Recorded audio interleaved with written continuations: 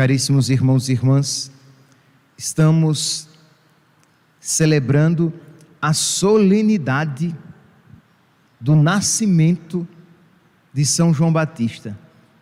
Eu fiz questão de fazer ênfase nos dois, a solenidade do nascimento, porque não é próprio, não é comum na liturgia católica celebrar-se o nascimento, porque, imagine, nós celebramos o nascimento para o céu, o nascimento glorioso, que é o dia da morte.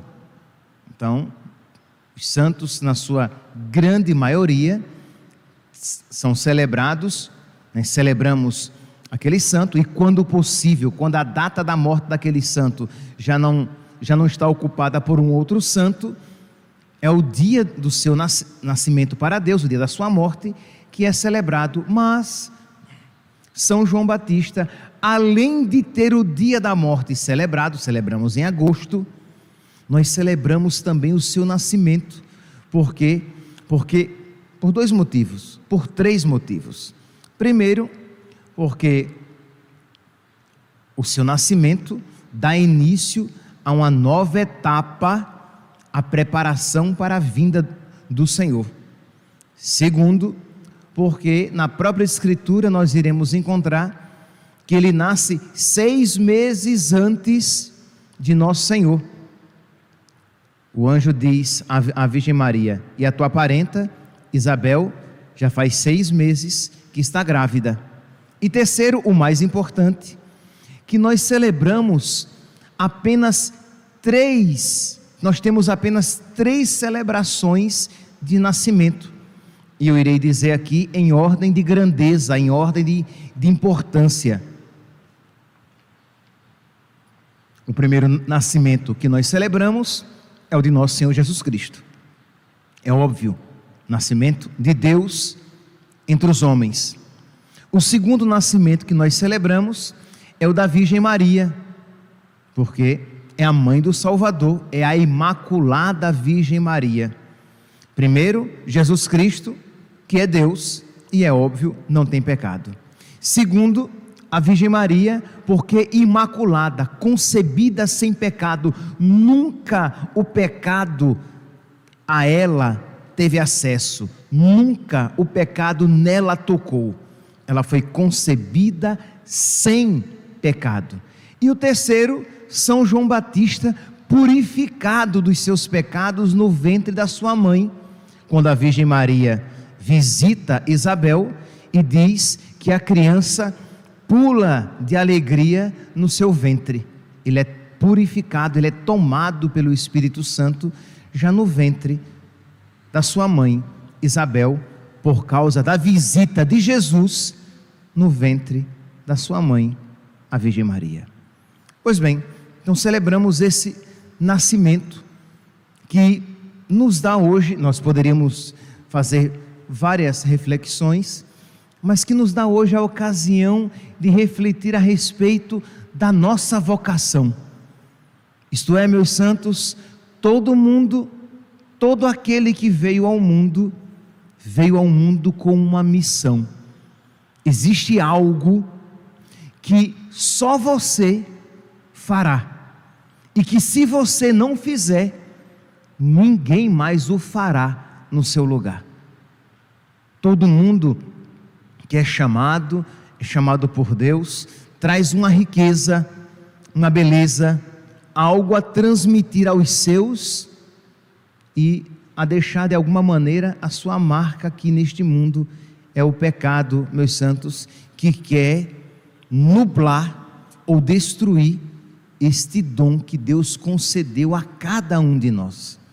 Pois bem, diz aqui que São João Batista, ele foi escolhido profeta por Deus desde o ventre materno. É claro, meus santos, que os chamados de Deus são sempre eternos no coração de Deus. Aquilo que Deus, se Deus chamou você, Santa Teresinha do Menino Jesus, sempre de alguma maneira, em Deus não há nenhuma novidade, Deus sempre a pensou com aquela carmelita um holocausto de amor. Então, é verdade, no coração de Deus. Mas quando nós olhamos a vida de São João Batista, nós vemos que existe algo de particular no seu desenvolvimento histórico.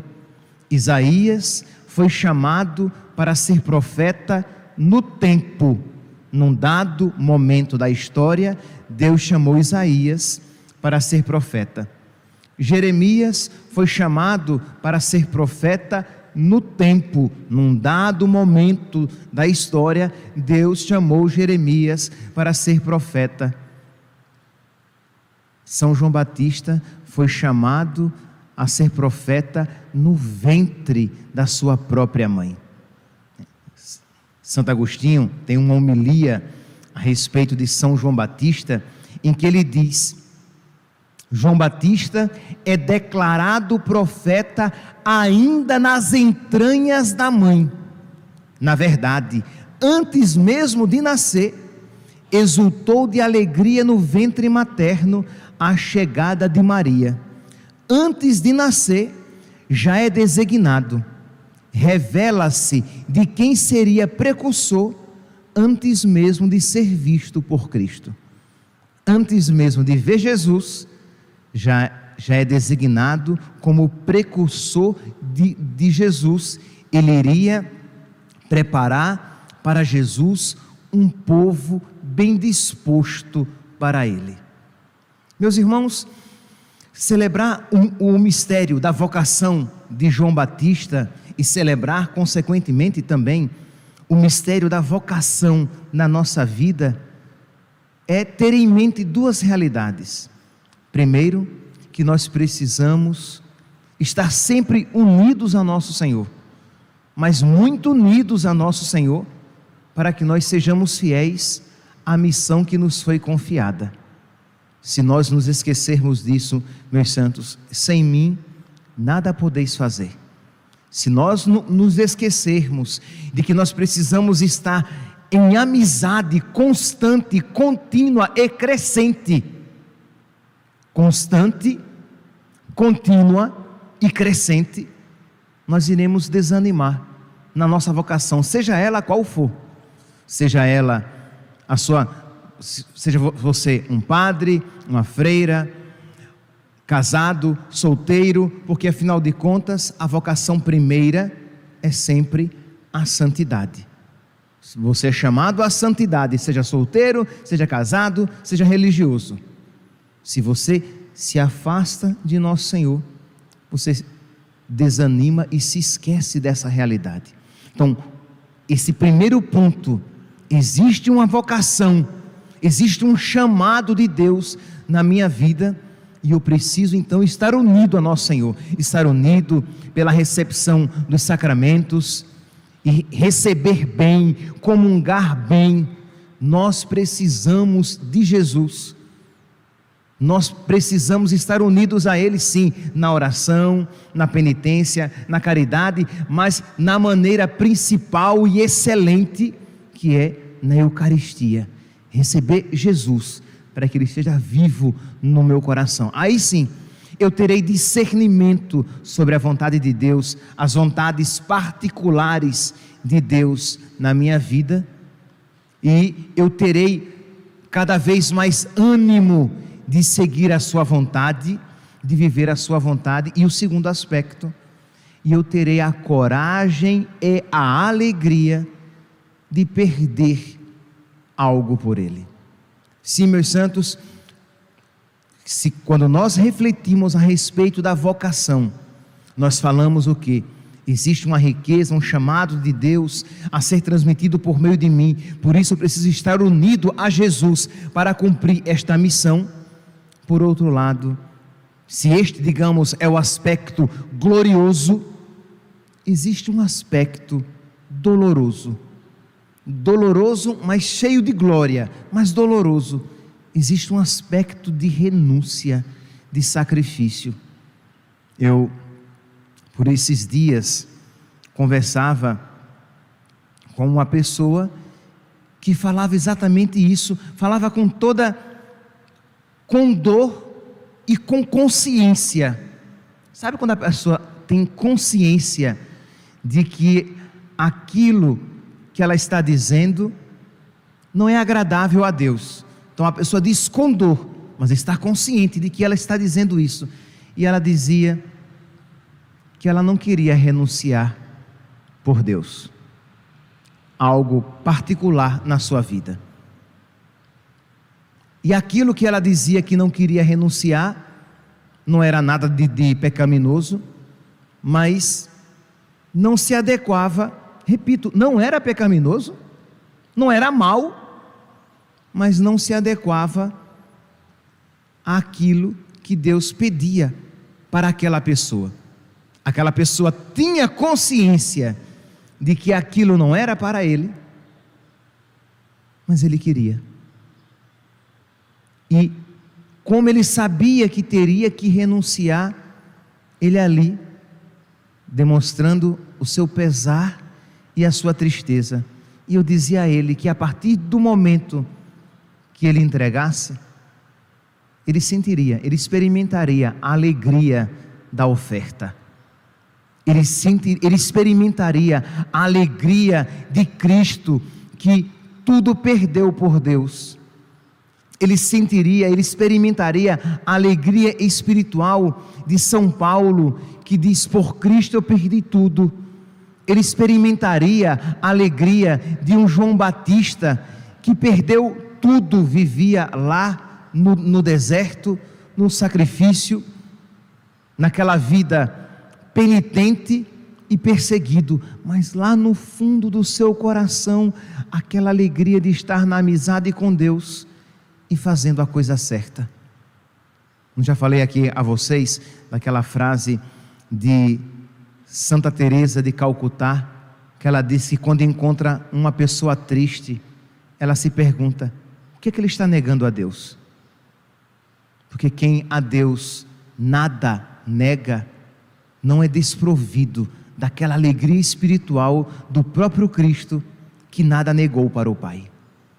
Então existe este aspecto de renúncia, mas não é uma renúncia ateia, de quem se sacrifica, de quem se entrega, de quem vive cabisbaixo porque perdeu algo por Cristo. Não, porque lá no fundo do seu coração você experimentará a alegria do sacrifício e do holocausto.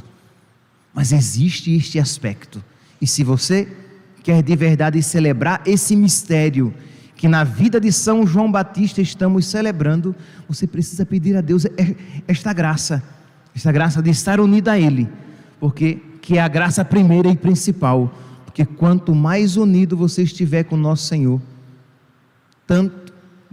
com tanta clareza você verá o valor de todas as coisas que impedem você de uma maior intimidade com Ele. São Paulo, quando olhou para as outras coisas, disse: para mim, tudo isso é lixo, é esterco, não tem valor nenhum, porque o que é importante para mim é a minha intimidade com Cristo, é conhecer Cristo e ser por Ele conhecido. Quando nós ouvimos tanto as leituras das primeiras vésperas, né? Então, a primeira leitura das primeiras vésperas de São João Batista é um texto retirado do profeta Jeremias, que diz assim: foi-me dirigida a palavra do Senhor, antes de te formar no ventre materno, eu te conheci. Antes de saíres do seio de tua mãe, eu te consagrei e te fiz profeta das nações. Isso que é uma metáfora, no sentido de que não é que exatamente Jeremias tinha sido fisicamente, digamos, consagrado quando nasceu, mas João Batista, exatamente dessa maneira com ele aconteceu. De modo que aquilo que para Jeremias era uma figura, para João Batista foi de verdade um fato acontecido. Aí continua: não tenhas medo, pois eu estou contigo para defender-te. O Senhor estendeu a mão, tocou-me a boca e disse: eis que eu ponho minhas palavras em tua boca, eu te constituí hoje sobre os povos e reinos, com poder para extirpar e destruir, devastar e derrubar, construir e plantar. E a igreja então lê esse texto a respeito de Jeremias e diz: ele mais do que nunca se aplica a São João Batista, escolhido por Deus para uma missão. Primeira leitura de hoje já é retirada de Isaías: nações marinhas, ouvi-me, o Senhor chamou-me antes de eu nascer, desde o ventre da minha mãe, ele tinha na mente o meu nome, fez de minha palavra uma espada afiada, protegeu-me à sombra de sua mão, e fez de mim uma flecha aguçada, escondida em sua aljava. Isso é Deus que preparou aquele homem para aquela missão. Deus que deu a ele todos os dons para que ele fosse tudo isso sonhado por Deus. Pois bem, isso que se fala a respeito de João Batista, de alguma maneira se fala também a respeito de cada um de nós. E a pergunta é: e você, minha santa? E você, meu santo? Você será dócil o suficiente para cumprir a missão para o qual você nasceu? A missão para a qual você nasceu? Você será dócil o suficiente para se deixar conduzir por Deus, para que Ele, por meio de você, realize todas as coisas? Você terá o espírito de sacrifício suficiente para se deixar podar, lapidar e renunciar àquilo que é necessário para que os dons de Deus na sua vida se manifestem? Ou você, que tem uma missão tão bonita, tão bela, você vai ficar apegado aos seus sonhos e à sua vontade, de modo que aquilo que Deus tinha para transmitir por meio de você, e somente por meio de você, vai para o sepulcro e nunca será realizado. Meus irmãos, estamos celebrando o nascimento de São João Batista, mas celebremos o nosso nascimento. Estamos celebrando a vocação de São João Batista, celebremos a nossa vocação.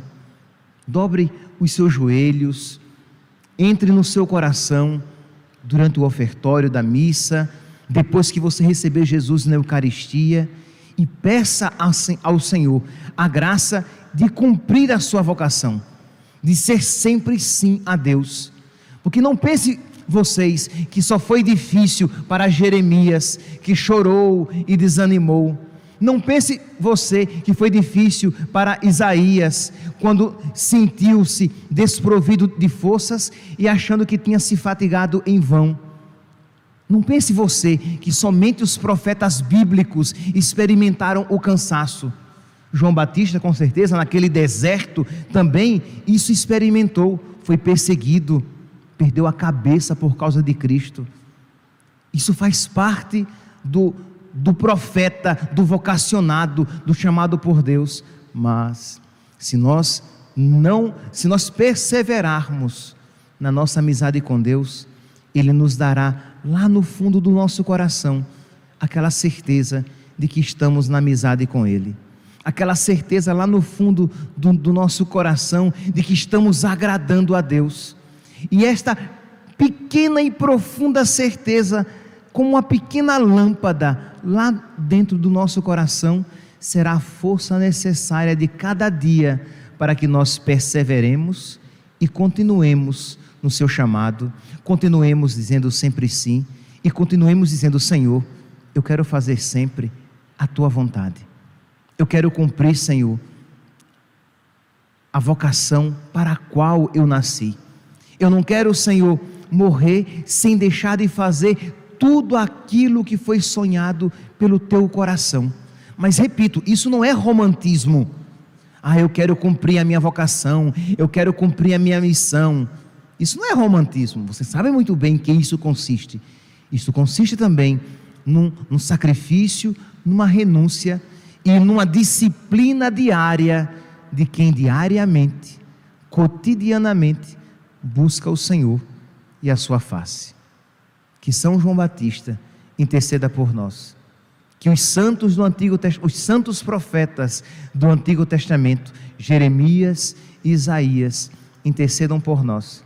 Que a Virgem Santíssima, aquela que nasceu concebida sem pecado, interceda por nós, para que o nosso nascimento não seja em vão, para que todas as graças que Deus tem nos concedido não sejam perdidas, mas cumpram a missão para a qual elas não foram dadas.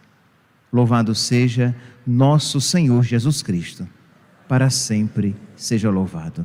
Façamos um pequeno momento de interiorização desta palavra. Você que acompanha pelas redes sociais, não vá apenas passando imediatamente para o ofertório. Peça a Deus que isso que foi falado caia de verdade no seu coração e produza fruto. Reze.